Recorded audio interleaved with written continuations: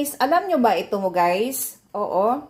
Fresh na fresh po siya guys na Brussels. Ayan oh. Sobrang fresh talaga siya guys. At masarap itong gawing juice. Oo.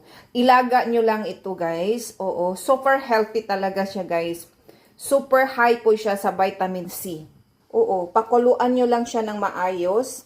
Nasa sa inyo na lang po yan kung lagyan nyo siya ng sugar o honey po ba. Ayan na po siya, oh. Nilagay ko na po dito sa aking mahiwagang calderin. Para pakuluan po siya, guys. Oo, ganon. Tapos, ang ginamit ko po siya na sugar, guys. Ito po siya, guys, oh, na para din siyang ayan, oh. Yung tawag nito. Sugar. Basta yun na yun. Oo. Prutas din ito, guys, na may, nagginawang sugar. Ayan po siya, oh. Oh, diba? Sobrang sarap po siya, guys.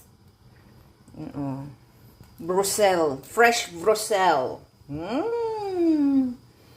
Super, super, super, super. Masarap. Masarap na masarap. Mataas siya sa vitamin C, guys. Oo. Pakuluan lang natin siya masyado hanggang maging, red yung tubig niya. Oh, diba? Oh. Ayan, oh. Pakuluan. Tapos yung, nilagay ko na yung, yung sugar cane. Sugar cane. Ayan. Ubusin na lang natin para masarap. Mura lang yan, guys, oh. 2 ringgit na yan kasi 1 ringgit and 95 cents. So, ilagay na lang po natin yan. Ayan. So, guys, tingnan po natin siya, guys. So, ganito na po yung hitsura ng ating Brussels. Diba? Oh. Ito yung ginagawang guys. Oo. Ang lasa niya, guys, is yung parang, yung Revina juice. Ayan po siya, guys, oh. Super sarap talaga siya, guys. Oo, medyo matamis-tamis na siya kasi nang dahil sa itong sugar cane natin nga, fruits po din siya, guys. Ayan. O, diba? May healthy drinks na tayo at super high po siya sa vitamin C. Ayan. Ganon. Ganon.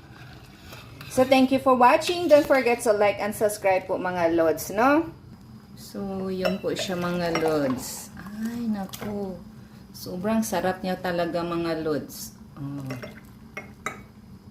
I love talaga siya. Ayan. Thank you for watching, mga lods.